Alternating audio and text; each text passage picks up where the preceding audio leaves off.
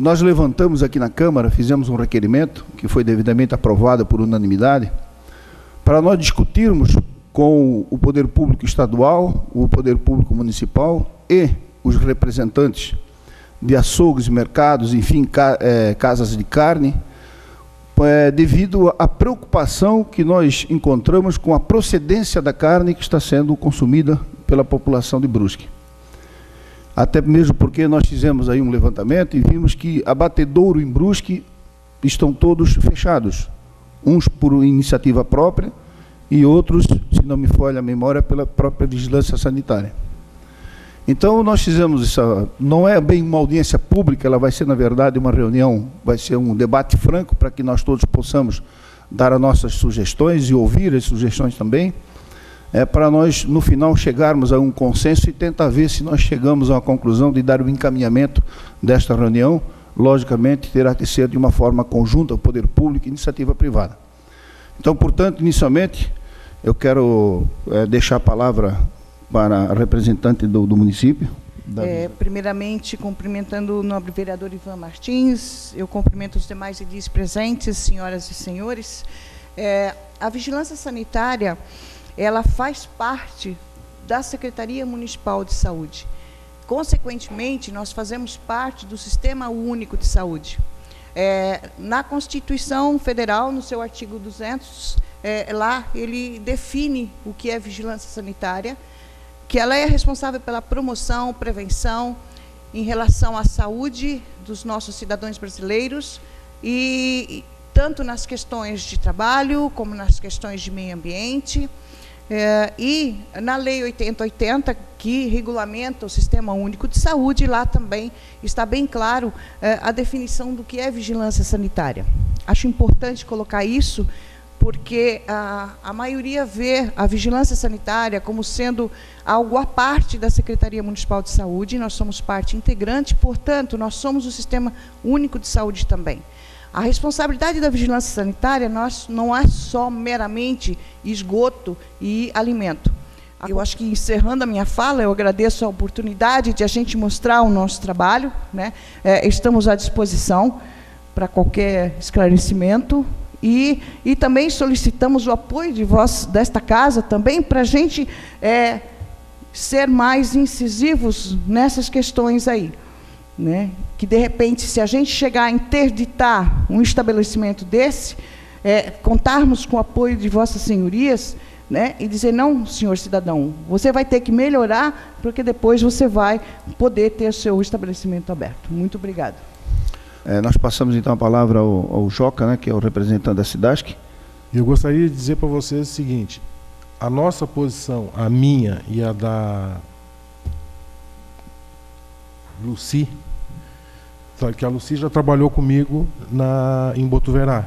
Eu, como fiscal agropecuário, detectei um problema lá no abatedouro clandestino, fui chamado pelo 0800 da SIDASC e fui lá. E a Lucy estava junto. E todo o argumento do criador, do dono do estabelecimento, do dono do supermercado, do dono da loja, é sempre o mesmo. Ou desconhecimento da lei e 5 perguntas clássicas. Por que tu não vai no vizinho? Tá? Sempre a gente escuta isso, não é, Pedro? Tá? Vão acabar com o pobre. E a gente deve deixar bem claro o seguinte: fiscal, quem gosta é só a mulher e a mãe. Nem o pai gosta de fiscal, porque a nossa função é antipática. Mas permitam-me lembrar também que o fiscal é que garante a seguridade alimentar.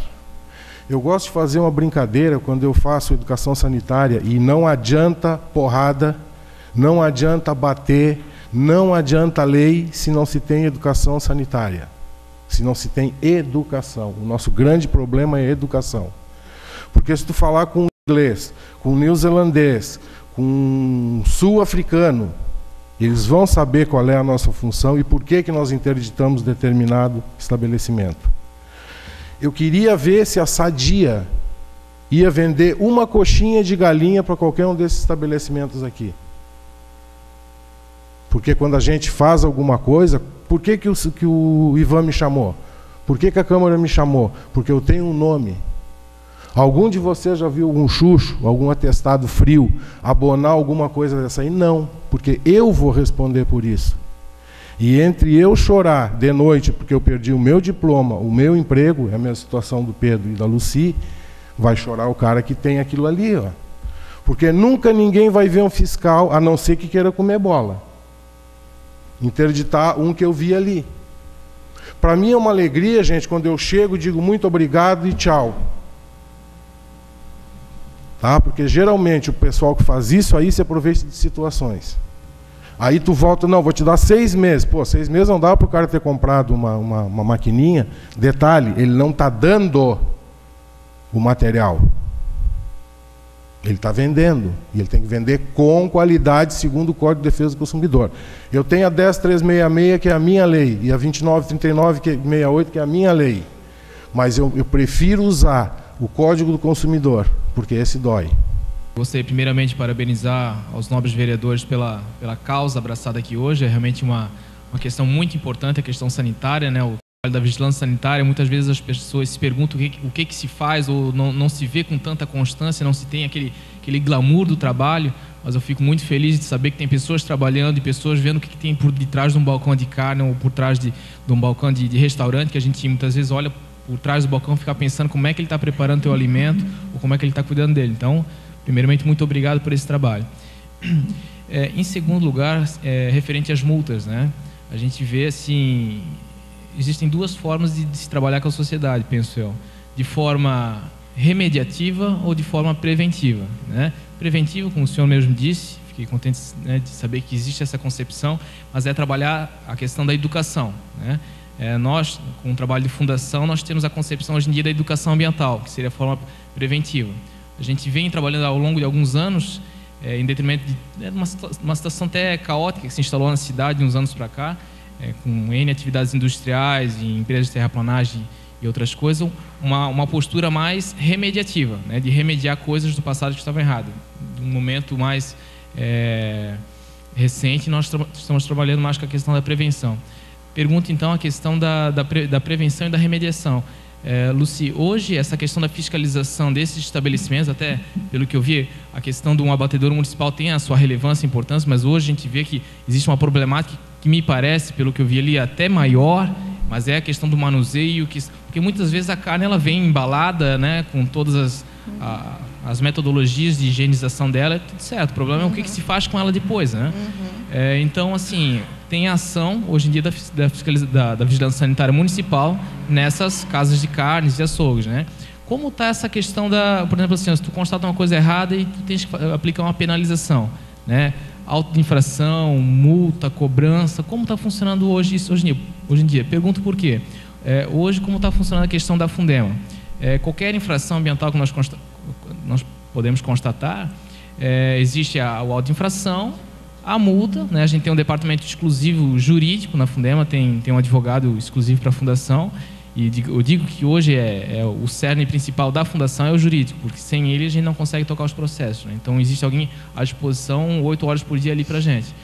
Então, auto de infração, multa, ele pode pagar à vista com desconto de 30%, se não pagar já vai para a dívida ativa do município, ele não consegue tirar nenhum documento do município porque a dívida ativa está aberta, e além da dívida ativa a gente também caminha para a execução fiscal na justiça, então a justiça também vai cobrar dele. Então, mais cedo ou mais tarde ele vai acabar pagando, e normalmente são multas altas, né, que às vezes podem variar de até de 100 a 300 mil reais, empresas de grande porte. Então eu pergunto assim, como está essa questão hoje em dia da vigilância sanitária? Então, de que forma que a vigilância atua? Ela faz um auto de intimação, apreende todo o produto e é descartado. Então, o proprietário ele tem um prejuízo muito grande, né? Também interditamos o estabelecimento. A questão da sujidade que vocês viram, o estabelecimento fica interditado, de repente, por 24, 48 horas, para ele deixar higienizado, limpo, como as normas exigem, né? Então, só nessa questão de eu interditar o estabelecimento e inutilizar os produtos que encontram em desacordo, ele já tem um prejuízo muito grande, né? O nosso processo, depois disso, seria o auto de infração, que daí é um processo administrativo que acaba demorando um pouco, e a nossa questão da nossa multa ela é muito ínfima. A lei me faculta a interdição, então eu prefiro usar a interdição, porque vai pesar muito mais no bolso, e na questão também, vamos se dizer, do marketing, né? Porque isso acaba sendo divulgado, não que a gente divulgue, né? Mas assim, as pessoas vão perceber, puxa, mas ali houve uma ação da vigilância, o que está acontecendo, né?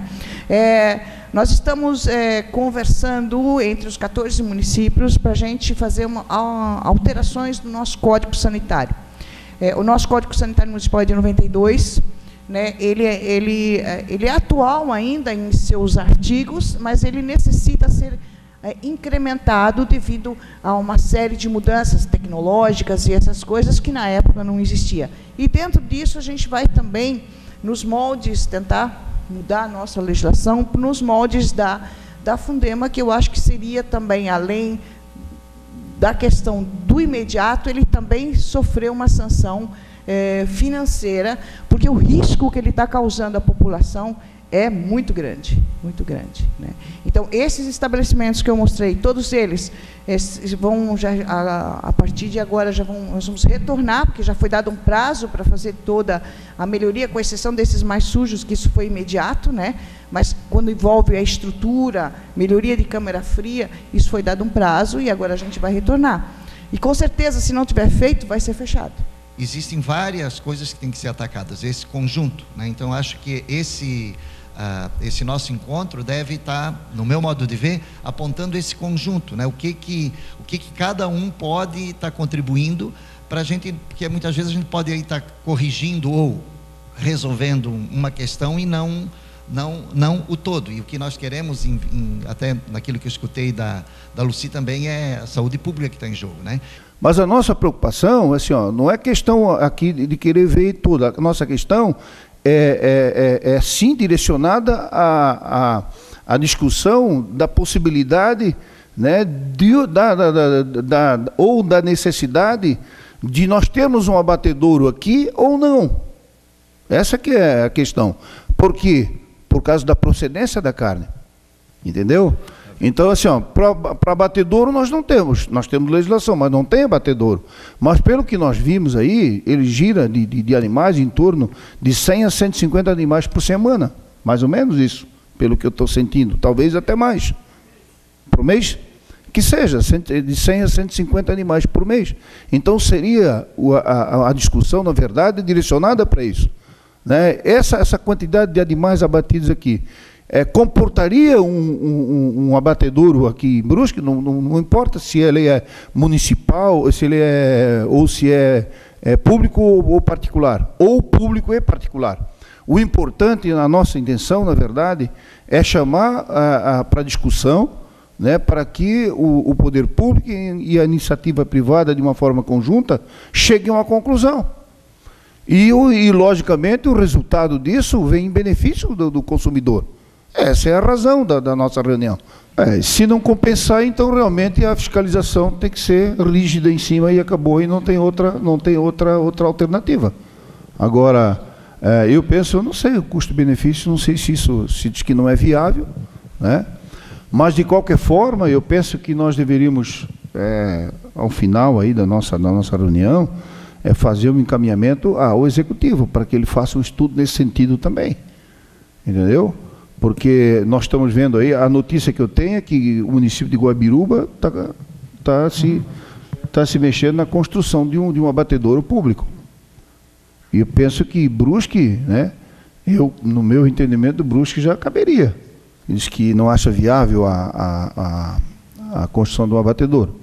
Mas eu creio, no meu modo de entender, que a responsabilidade pela saúde pública é do poder público. E o poder público é que tem que estar, na verdade, atento a isso aí. Então, eu sugiro, até para nós darmos o encaminhamento para o final, já que não tem mais nenhuma manifestação, nenhuma pergunta, eu sugiro que, primeiro, que a Câmara faça, né, um estudo mais aprofundado, viu, doutor Celso, viu, o vereador Valmir, que é o vice-presidente da Câmara, no sentido de nós também fazermos um estudo e, se possível, fazer uma lei de iniciativa da Câmara na questão do trabalho de conscientização, né, e até da obrigatoriedade também de serem afixados nos estabelecimentos cartazes de alerta nesse sentido.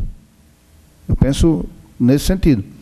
Segundo, eu acho que seria interessante nós encaminharmos, né, um expediente ao Executivo para que o Executivo faça uma análise dessa questão, porque eu vejo que a questão aí é financeira.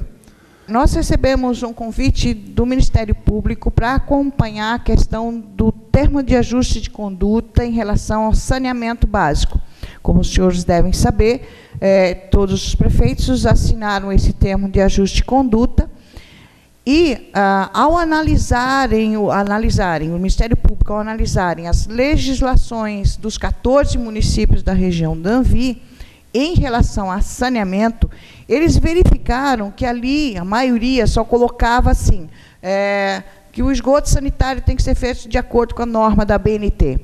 Ele achou essa informação no artigo muito pouca, então ele exigiu que se colocasse o número da norma, né, que são 2 normas que regem a questão de fossa e filtro, ou seja, de um sistema de tratamento de efluente individual, né, que todos nós temos que, quanto cidadão e proprietários de residência, temos que ter, né?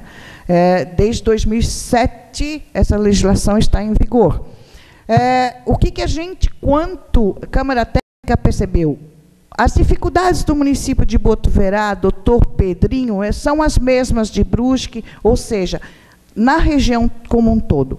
E como todas, a grande maioria dos municípios, a sua legislação é desta época, porque foi nesta época, 92, que houve a descentralização do Estado para os municípios, obrigando que os municípios criassem as suas vigilâncias sanitárias, ou seja, fazer cumprir a legislação federal. Tá?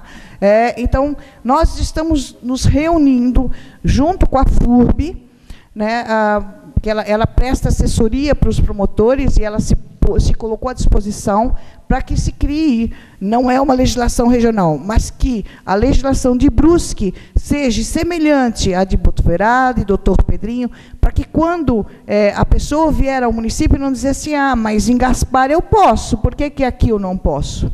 Que acontece muito isso, né? Então, estamos discutindo. Então, por isso que eu disse que a legislação nossa, que é a 1692, que dispõe sobre as questões da vigilância sanitária, precisam ser ajustadas. Ela é atual, não vou dizer que não é, mas ela precisa ser atualizada, que nem essa questão do saneamento, melhorada.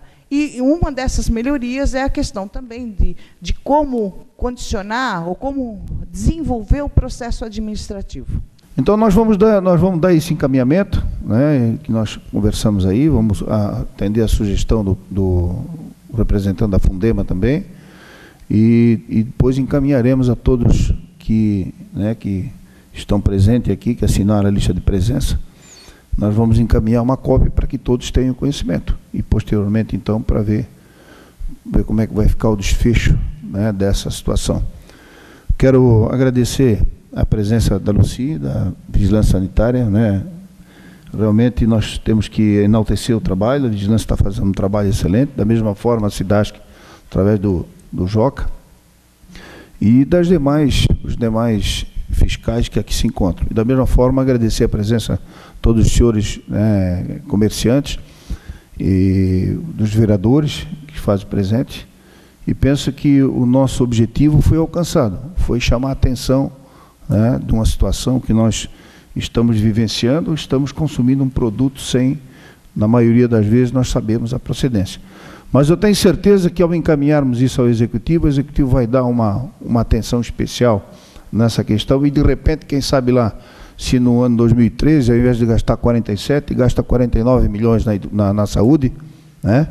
E como é uma obrigação do poder público, com certeza, juntamente com a iniciativa privada, aí resolva essa questão.